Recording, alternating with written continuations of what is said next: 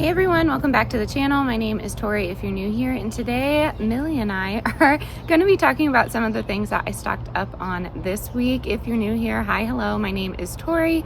I'm a wife, mother to 3. This one is 1 month old. Very excited and just happy to have her earthside after a very long pregnancy. But we like to make videos all about preparing on a budget and everything that comes in between. So if you like that kind of thing, definitely hit the subscribe button. Make sure you give this video a big thumbs up. And without further ado, let's get into what we prepped this week.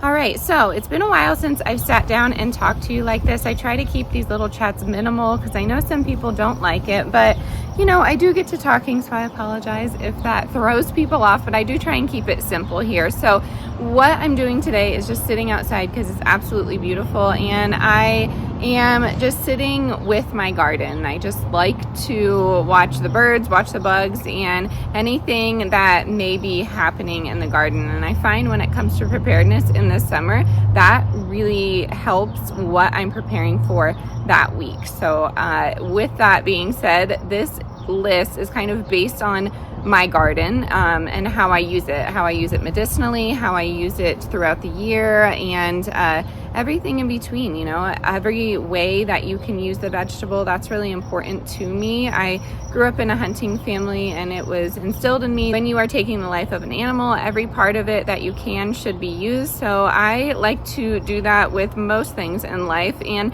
plants is a great way to start. So when it comes to my garden, I plant intentionally. There are some, you know, crops there that I just wing from time to time, but I find that you know, those things are just fun for my mental health, but all the other crops are something that I intentionally plant and something that I know I will use throughout the year. So with that being said, we stocked up on some heirloom seeds, and I will link the company that I got mine from. I stocked up on 2 packs, and that is just for long-term storage. I might plant some seeds here and there. I believe there are 2,600 non-GMO heirloom seeds in there, so I can collect from them. But what drew me into this seed pack was the additional book, and it was how to use some of these herbs, crops, and flowers for medicinal use. And I was specifically looking for a headache relief, something to substitute ibuprofen or Tylenol. And if you're new here, I suffer from migraines. I knew that if I grew feverfew, it could help with my migraines. I just wasn't sure how to properly do it, and I've had an inquiry about it recently. So if you are that person, this video is for you. I found this woman online, and she, you know, was selling her book with her medicinal herbs. So again, if you follow that link, I get a kickback. If you want to support the channel, that's a way to do it. But these are the seeds that I ordered this year, and again, I ordered 2 packs because I want to save some. So there are so many different seeds in there. I was blown away. Some that I've never even heard of, which is different for me because when it comes to plants, I am not an expert, but I'd like to say I know a thing or two when it comes to medicinal plants. So I really enjoyed this pack. I'm excited for it to be in the garden, and I'm excited for it to be in my prep. So that is number 1 on my list. That is what I prepped this week. It was heirloom seeds, and this is a phenomenal value. It's like $50, and you get, you know, all of your seeds. You get the additional book with it, and that leads me into the second thing that I started prepping. I wanted to make sure I had some paper documents on hand when it comes to my recipes, when it comes to different places around me. So maps were a big one, water maps, things like that, land maps. So of course recipes were going to be on that list. I have plenty of cookbooks, and a lot of what I cook is in my mind.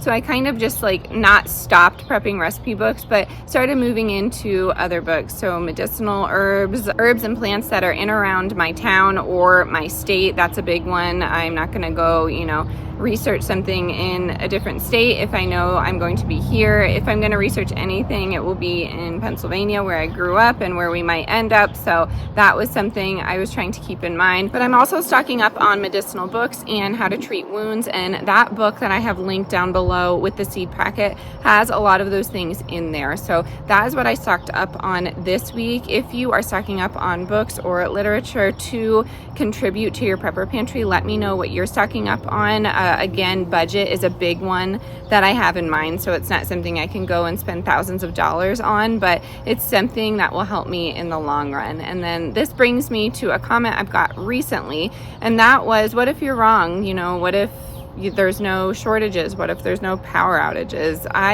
I do have that in the back of my mind. Maybe I will be wrong, but I don't think it hurts to have these kinds of things stocked just in general, just for the knowledge it brings to the person. So you have to keep that in mind. You know, maybe we are wrong, but it's definitely not going to go to waste. All the food that we've prepped, all of the, you know, different gears that we've prepped, maybe it will come in handy someday. Again, I hope I don't have to use a lot of the items that I've shown you, but if I need to, I have them. And I think that's an important thing to think about. And when I get that comment, you know, why wish for doom and gloom? I'm not wishing for it, but if it does happen, I'll be prepared for myself and my family. So I wanted to just get that out of the way and tell you that.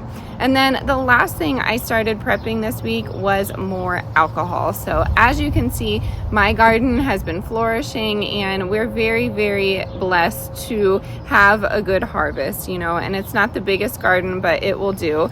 In the meantime, though, before some of these plants and items really start to go, I want to start taking a lot of my herbs and flowers and making them into tinctures. I find that that's the best way for me to store a lot of these besides a dried option. So the best way for me to do that is to put them into glycerin, which is something that I have, and some alcohol. So those are big truck.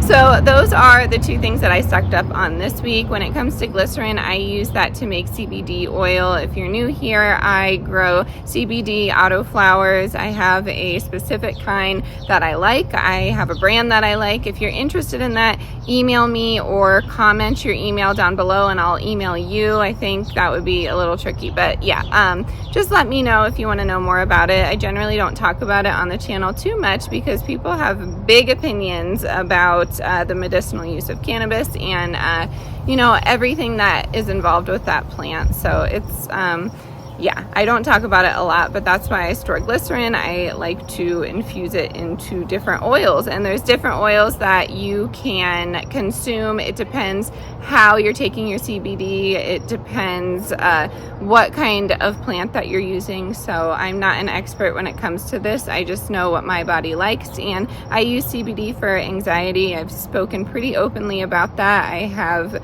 pretty bad anxiety, and it stems from, you know, motherhood, among other things. I'm not gonna deep dive into mental health right now, but that's why I take it. I know a lot of you take it for pain, and I think it's a phenomenal plant with amazing benefits, and unfortunately people, you know, mistreat it, so it gets a bad reputation. But yeah, that is what I have. And then I actually do have some more autoflowers coming in the mail, which are CBD seeds. So if you ever want to order, I'm not affiliated with anybody. I'll just show you the places that I like to go. I will say there are a lot of places locally, because I'm in Colorado, that I can get CBD starts from, which is pretty cool. It's a tricky plant to plant, I'm not gonna lie, but once you get it going, it's amazing. It has so many different benefits. So yes, it is going to be a short one today, but I did my best to try and keep it short, sweet, and simple for all of you. Don't forget to check the description box. That will have all the links that I talked about today. And remember, I get a kickback from some of those links. So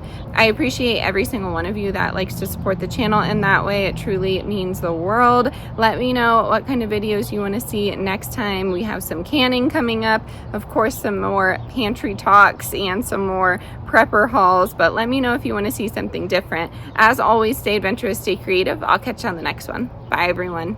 Can you say bye, Sleepy? See ya.